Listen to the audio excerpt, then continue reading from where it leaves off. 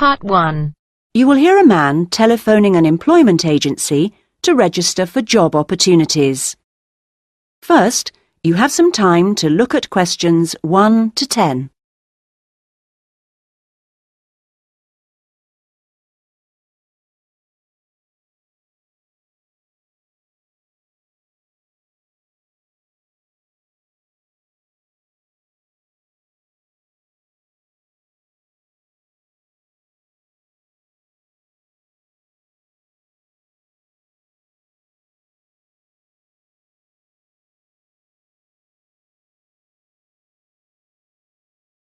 Listen carefully to the conversation and answer questions 1 to 10. Able Employment, how may I help you? I saw your advertisement in the Daily Gazette, Oh, yes. and I'd like to register with you. I'm a student, but I've got the long holiday coming up. Certainly. I'll just get the form ready. OK, let me take your details. Sure. Can I have your full name? It's Bowen. James Bowen. B-O-W-E-N. Right. And your address, please? Well, just now I'm staying at the youth hostel, I see. but I'm moving into a flat on Friday. Well, give me that one then. It's 4 Lion, like the animal, Road, Melford, MF4 5JB. OK. And then I need to have a phone number for you. I don't know the number at the flat yet, but I could give you my mobile. That's 09954 721 822. Would that do? For the time being. But if you can let me know your new number when you can. Of course. Now, qualifications. What qualifications have you got? I mean, post-16 qualifications. Well, I stayed on at school till 18 and got my A-levels. Fine. Anything else? You said you were a student. Yes, and then I've done 2 years at college, so I've got my history diploma, though I don't know how useful that'll be for getting a job. Well, it depends. Everything counts in some way. And I also did an IT course this year, and that got me my computer skills certificate, which I certainly hope is relevant. It's different anyway. That's all really. That's quite a good range. And what about on the practical side? What work experience have you got? Well, not too much, because I've mainly been studying. Yes. But 2 summers ago I worked just as general assistant in a hospital for about 3 months. It was quite hard, but very interesting. OK. Anything else? If you include part-time work, Oh, yes. I've often worked in the college holidays as a tour guide, showing visitors round. That's quite enjoyable, meeting people. I'm sure. Now on to interests. There's space here for 2. What would you say? 2. Well, I like various sports, but I suppose we should put that I'm in the swimming club. I'm pretty committed to that. Yes, that sounds good. And for the other one, something different? I'm very keen on music too, and I love playing piano. I've been doing that for over 10 years now. Yes, I'll put that down. Well, that's more or less it for the time being. Uh-huh. Just one more thing. What I do need is your availability. Oh, yes. The college term finishes on June the 20th, and then I'm going to visit my parents. But I can be back and ready to start on June the 28th, if that seems okay. I'm sure it is. Now, what happens next is that I process this information, and then... That is the end of Part 1. You now have half a minute to check your answers.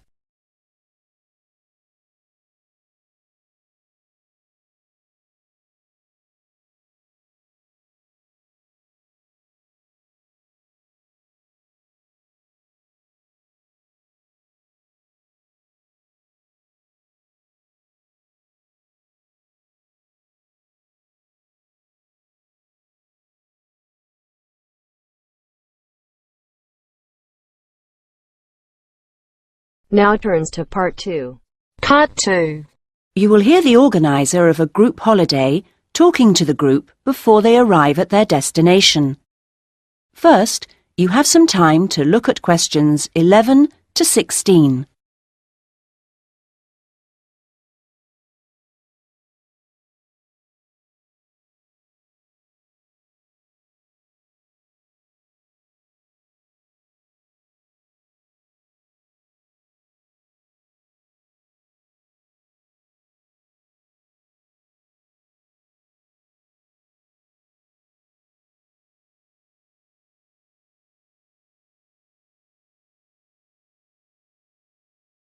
Now listen to the first part of the talk and answer questions 11 to 16.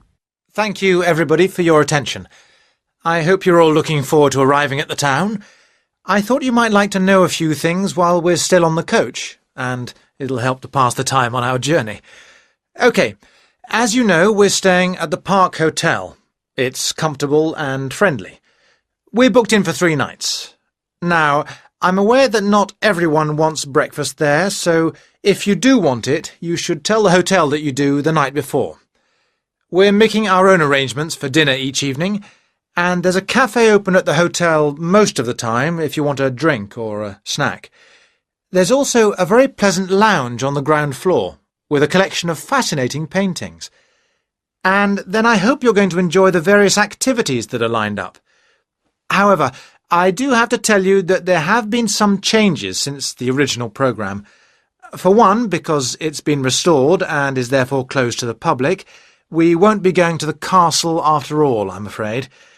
However, there's plenty else to see, and the gardens are still open. Something we've been able to add to the programme is for Saturday, when a local historian will give us a lecture on famous people from the town. I don't know who that includes yet. So, to free up the time for that, we've made another little amendment and changed the trip to the antique show that was due for then on to Sunday. Actually, I think that'll make for a more relaxed programme anyway. We're leaving the rest of Sunday free for you to wander around as you wish. One place you might like to try is the art gallery, because it's got a huge display of old postcards. You can't really send them home to your family and friends, but it's interesting and sometimes funny to see what people used to send. Well, that's the lot on changes. Now you have some time to look at questions 17 to 20.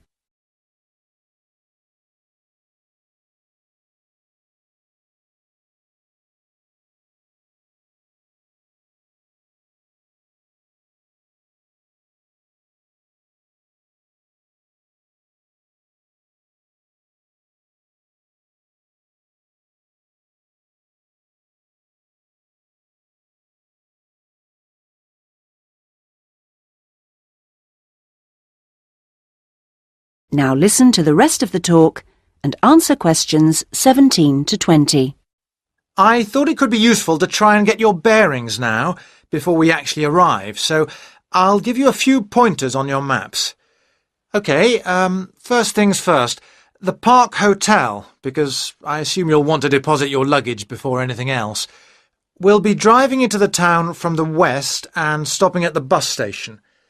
To get to the hotel, just go straight down the high street towards the railway bridge, and after the bridge, if you go left, you'll soon see it on the right. As I say, it's a nice place. You can check in, see your rooms, relax a little. There are a couple of interesting little shops nearby. There aren't any internet facilities at the hotel, I'm afraid, so if you want to send any emails, you'll need to get yourselves to the internet cafe. In fact, if you want to do that first, it's easy because it's near the bus station, on the corner towards the right of Curtis Lane and Kramer Street. So, once you've done that, well, if you do that, then I suppose you'll be ready to do a bit of exploring. You've got your basic maps, but you may want to get more information, and the Tourist Information Office is the place to do that. It's up around the train station area. From the bus station, you could go up any of the streets to the left, Cadogan Road, Earl Street or Duke Street. The office is directly facing the train station on the corner with Earl Street. They've got all sorts of brochures and leaflets about local attractions and tickets for sale. They even sell some locally produced jams and chocolates. And a last pointer at this stage is our venue for dinner tonight, the Royal House restaurant. This is conveniently located in the very centre of town. In fact, you'll no doubt pass it as you're walking around beforehand. In relation to the bus station, it's not far. Going down the High Street, if you pass the corner with Cromwell Road, then the next junction is a crossroads with Duke Street and Runton Road, and it's there. You'll be able to see its rather grand entrance over on the left corner. The food and the service there are both excellent, so it promises to be an enjoyable evening. Well, we're just coming into the town now, so... That is the end of part 2. You now have half a minute to check your answers.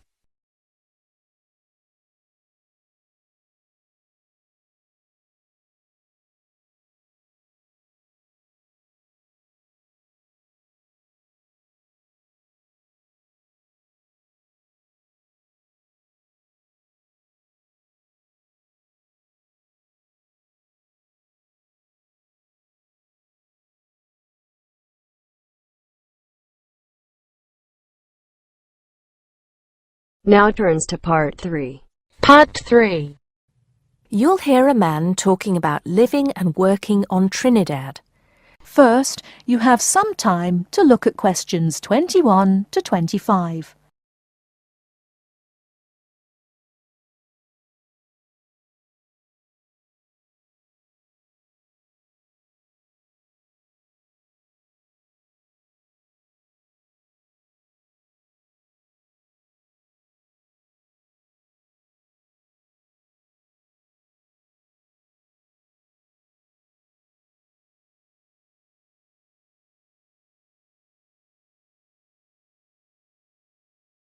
Now, listen carefully and answer questions 21 to 25. Hi, I'm Steve Pinfold, and I'm here today to tell you about my gap year, which I took about 20 years ago. Unlike many students these days who go travelling or get some work experience between school and university, I decided to do something completely different after finishing my degree. I applied to work for a charity organisation. What it does is it sends people with particular skills to countries where those skills are needed. Apart from having some experience teaching English to summer school students, I didn't have any particularly useful skills, I thought, but luckily I was still accepted.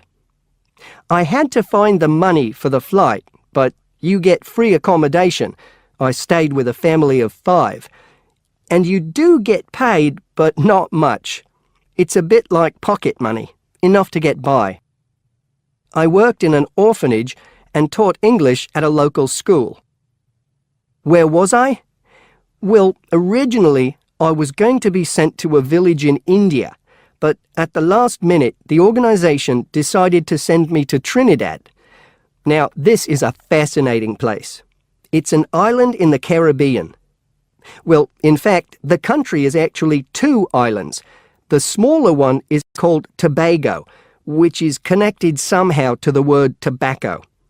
Anyway, there I was, a young white guy living and working on an island which is mostly a mixture of descendants from Africa and India. The Africans were originally brought over as slaves, and the Indians came later as indentured workers. That means they agreed to come for a specific time, but many of them stayed. There are also some Trinidadians of Chinese and British origin, though the native inhabitants were basically wiped out by colonialization. I myself felt completely accepted and had the time of my life. The language everyone speaks is English, so there was no problem for me there, but some concepts don't quite translate. They're pure Trinidadian. There's the term liming, for example, which means sitting around watching the world go by. Also, there's the famous carnival, when the whole island is taken up in playing mass. For a whole month, around February or March, it depends when Easter is, everyone's busy preparing costumes, practicing calypsos, soca and steel pan music, and most importantly, partying. Before you hear the rest of the talk, you have some time to look at questions 26 to 30.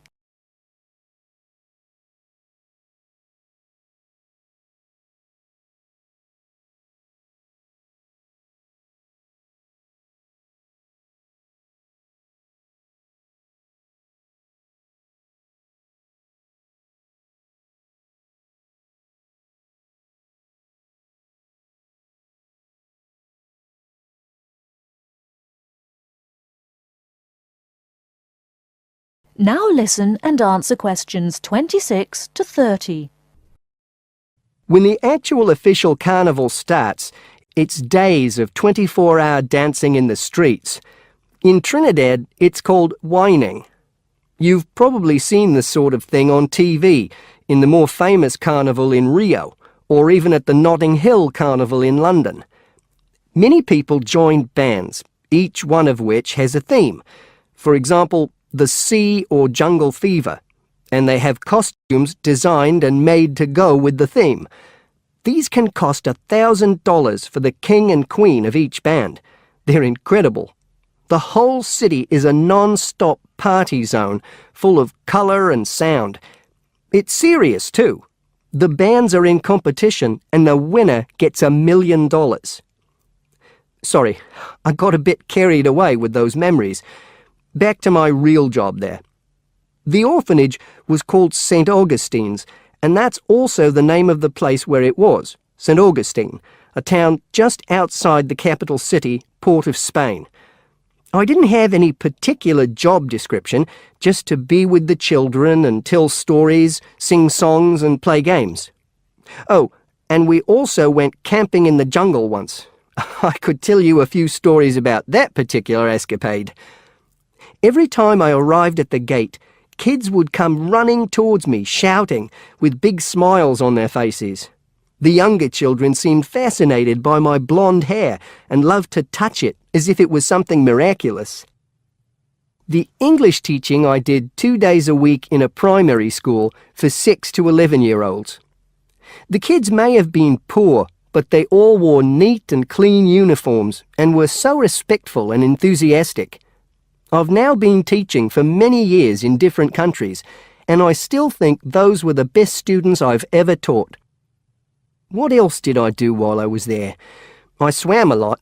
Can you imagine what it's like swimming with dolphins and with pelicans diving into the sea right next to you?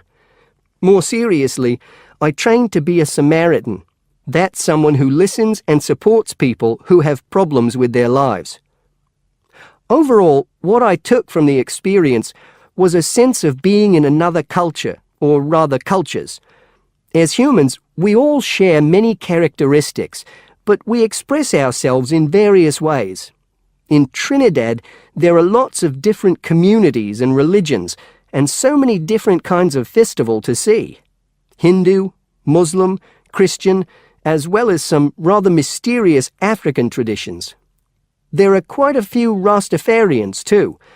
Trinidad is, as Americans are fond of saying of their own country, a melting pot where everybody is greeted warmly. Go and see for yourself. I'm not sure how it's changed since I was there, but I'd love to find out. That is the end of part 3. You now have half a minute to check your answers.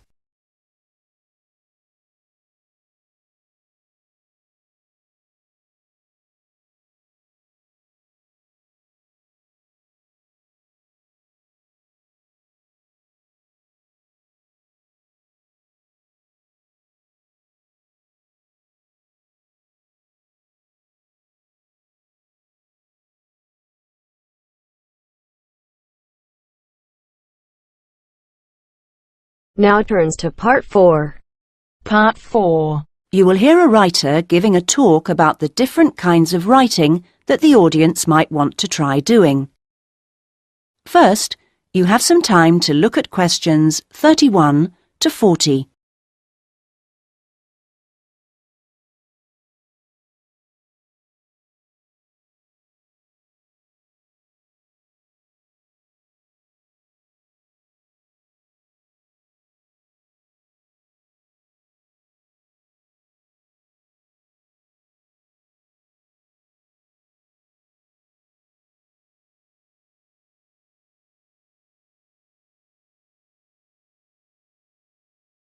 Now listen and answer questions 31 to 40. So, I'm now going to say a few words about the various different kinds of writing you may want to consider. Each has its own challenges and rewards, and it's really a question of seeing what suits you best. There are no rights and wrongs here. Let's start by considering the short story. Remember that a short story isn't just a very concise novel.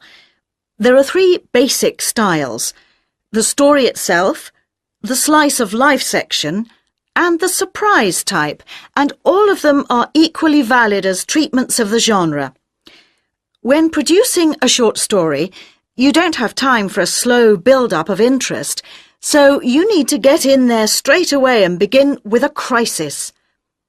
Then there's non-fiction, which can sell very well, with biographies in particular frequently hitting the bestseller lists. It's important, however, to be sure your chosen topic is genuinely interesting to people, and you know enough about it to do it justice.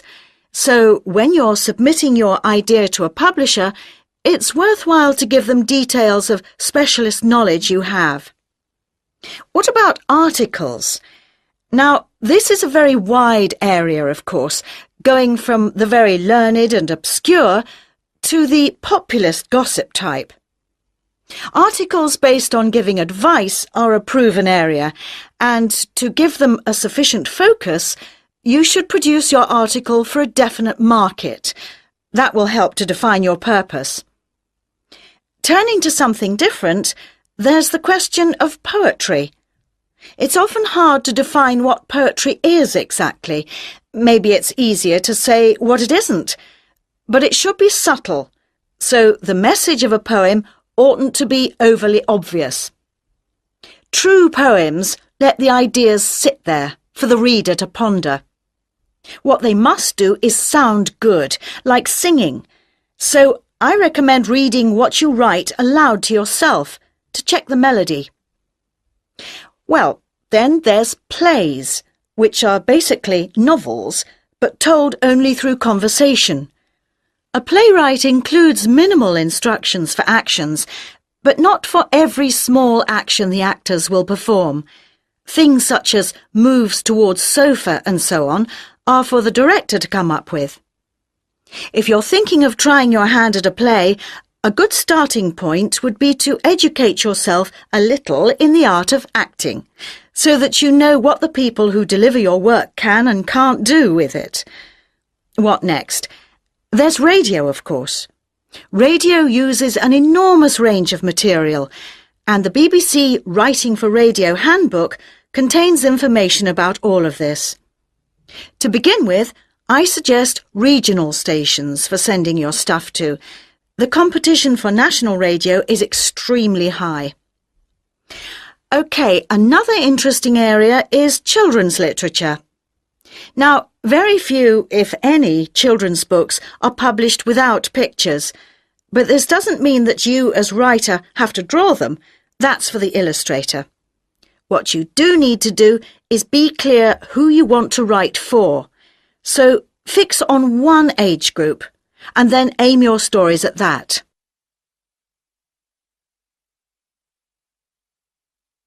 Right, I've saved what I consider to be the best and the hardest till last, the novel. Very long and very difficult to do well, but certainly not impossible, as any bookshop shelves will confirm. One of the first things to decide is from what point of view you will tell your story. A popular choice is the first person, and this technique certainly gives a sense of immediacy for the reader, while many new writers find it easier to project themselves into their main character if they can write in his or her name. But that assumes, of course, that the main character is somehow like the writer, which may or may not be the case. Meanwhile, if your book is all narrated by I, you can only put into your story things which are experienced by that character, which may prove to be rather restricting. Now, there are all sorts of pitfalls for the novelist, and many of them relate to the issue of providing a balanced narrative. Every time you introduce a character into the story, you have decisions to make. Of course, you want to populate your landscape with a variety of people to maintain interest, but don't feel you have to decorate every one of them in elaborate detail. The same goes for irony. All too often, an inexperienced writer will create a strong ironic situation and then spoil it by spelling out what they mean by it, as if readers were too stupid to understand. A few contrasting details should serve to make the point clear. A big challenge for new novelists is dialogue. What is the relationship between conversation as people really speak and as it is in novels? Well, it depends. If you recorded actual conversations and copied them straight into your narrative, readers would get confused and bored, all those unfinished sentences going nowhere. On the other hand, you don't want to write out page-long utterances by characters, as these will seem unrealistic to an extreme, but you can insert minor descriptions and actions to vary the pace and add interest. Well, I hope what I'm saying is encouraging and not too off-putting about the various difficulties. Are there any questions at this point? That is the end of part 4. You now have half a minute to check your answers.